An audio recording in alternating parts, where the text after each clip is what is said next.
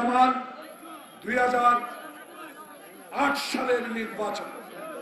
আপনারা আমাকে ভোট দিয়েছেন, এমপি হয়েছি, কিন্তু বাংলাদেশে শেখ হাসিনার অপ্রেতাত্মারা সেদিন মঈন ফখরুদ্দিনের সাথে আঘাত করে শেখ হাসিনাকে ক্ষমতায় বসিয়ে দিয়েছিল। তাহলে -2 ছিল না, -1 খালেদা জিয়া। তাই বিএনপির শক্তিশালী নেতা কর্মীরা প্রস্তুতি নিতে হবে, আবার প্রস্তুতি নিতে হবে। বাংলাদেশে আর কোন ষড়যন্ত্র বরদাস্ত করবে না